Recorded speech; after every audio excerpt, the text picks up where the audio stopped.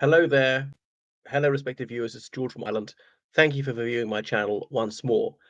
This video is about the Prime Minister of Hungary, Orban Viktor, as they'd say in Hungary. They always put the surname first. But there's many alarmist leftist ordure about him, and I don't agree with Orban Viktor on a lot of things. But I do think that he's sometimes got rather an unfair press. He's been Prime Minister of Hungary for 14 years. If he was really turning into dictatorship, it would have happened by now. Now, Hungary is a member state of the European Union. There's that European Convention on Human Rights and so forth. And so I'm always told that this copper fastens democracy and human rights. So what are people worried about? So either the European Convention on Human Rights is worthless, or people are lying in saying that he is somehow fatally undermining democracy. Um, it's preposterous. Now he leads Fidesz, as in Young Democrats. That's what it meant. They're not very young anymore. He got involved in that in the late 1980s when he was anti-communist, and he's now controversial as of all the European Union leaders, the friendliest with Vladimir Putin. And he's just visited Russia a few days ago, despite there being a chorus of execration against him for doing that. And I think he was wrong to do it. What else? He's got cordial relations with fraternal political parties in other countries, like the Law and Justice Party in Hungary, Forza Italia, as in Go Italy, and indeed La Lega in Italy as well, Rassemblement National in France, and he's spoken very warmly of Donald Trump, and indeed of Recep Tayyip Erdogan and his what is it called, Justice and Development Party. Adalet ve Kalemanlı Partiyası in Turkey. And so it goes on. He's not withdrawn Hungary from the European Union, or indeed essayed to do so. So surely Europhiles must think that's a bad thing. And if Hungary is so bad, expel it from the European Union. It is preposterous.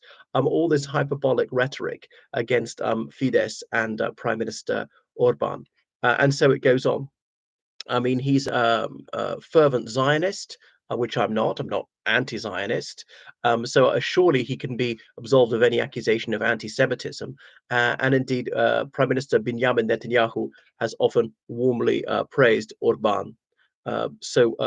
What else? So says he doesn't believe that people are just atoms in society, and the state should organize, bring people together, make sure society coheres and all moves in the same direction. Now, I don't. I'm much more of an atomistic individualist. I'm more of a libertarian. But surely socialists would concur with him that the state is to fuse people together and have them all pulling in the same direction and things like that, that there should be some broader purpose. He's talked about autarky, promoting the family, reducing unemployment. But the last one, surely everybody would agree with that, upholding a country's national heritage. But almost every country believes that, as in, well, we must have our national ballet and opera and museums and preserve sites of historical importance. And so it goes on. Now, he's reformed the Constitutional Court. I don't know the particulars about that thing, but he's has abridged civil liberties and indeed freedom of expression, and that I do think is very bad. But his leftist critics usually go much further on that, are advocates of unfreedom. So some people have called him far right, which I don't think is true. The so-called far right is actually not right wing at all. They're socialists. They want higher taxation. They want higher regulation. They often want redistribution of property. They want guaranteed employment, maybe state-owned industries. They want social engineering. They're not free marketeers. What are they particularly right-wing on? Like, not on the monarchy or capitalism or anything like that. Yeah, the so-called far right is nonsense. It's just an attempt to smear people who really are right-wing. So he's definitely not a dictator, Orban Viktor. There have been lots of elections held under him. I don't know anyone who disputes that these were free and fairly held elections. Now, a lot of the people who came illegally from Middle Eastern countries after 2015 came through Hungary. Not a lot of them stayed, but that was a big problem for Hungary, which got only about 9 million people. It's not huge in area. But most of them passed on, going to more prosperous Western European countries. But Hungary has caught up a lot. It's actually not very far behind the West economically, Western Europe. Right. Now, one thing I think he has said, which I think is bonkers, is this great replacement theory.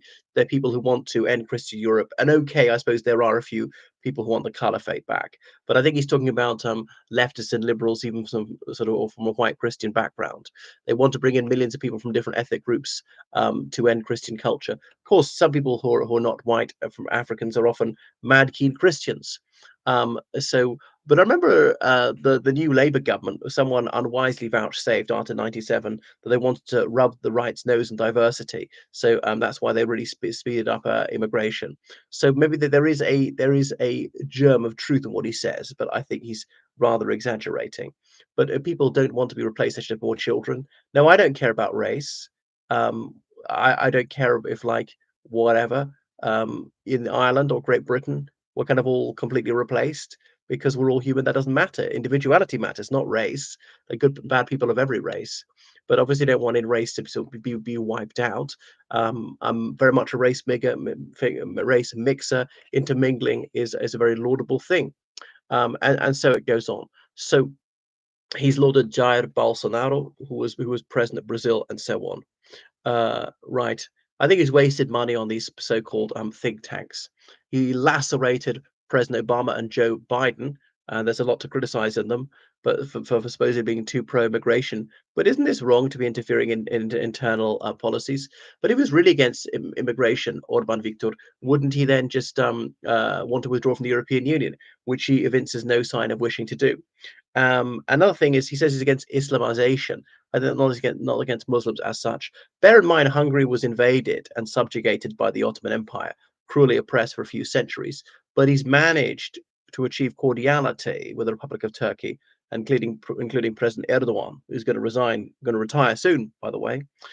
So I don't think Muslims or Islam as such, and there obviously is a Muslim community in Hungary, but he's saying we don't want something like Al Qaeda. But I think again this was alarmist from him. There's no significant prospect of that occurring in Hungary, and so it goes on. So he's been given a favourable hearing by Tucker Carlson, which I suppose is the kiss of death, really. Um, yeah. So he's a cultural conservative. He wants people to have more children, but that's not very useful. So he's helped you know um, write off loans for female graduates who adopt children or indeed have children within 2 years of finishing university, because Hungary's got this is a sort of demographic death spiral and things like that. So he has done something towards the achieving the right to life for children, and that's a good thing. Well, children obviously definitely have that right. People, his enemies often say, "Oh, look at the Universal Declaration of Human Rights." Yeah, which guarantees the right to life, and it doesn't say life, but only outside the womb. The right to life, the European Convention on Human Rights, the right to life, and it doesn't say except when you're in utero. So surely he should be lauded from that. Obviously, he should have gone much further. So it's very popular for a number of reasons, but partly because your tax has been cut, and yet the economy has grown very healthily. So that's really good. He's also in favor of Christianity, even though church attendance in Hungary is rather low. And he's allowed more church organizations to run schools and things like that. So that's him. I don't think it's a dictatorship or anyone getting close to it, but yes, he has restricted civil liberty, which is a bad thing, put the army on the streets. Um, and now he's spoken out against homosexuality, saying it's incompatible with Christianity. All right, so what? Hungary is actually a secular state, um, but it's not illegal. Anyway, that's the end of my video. Thank you so much for watching. Goodbye.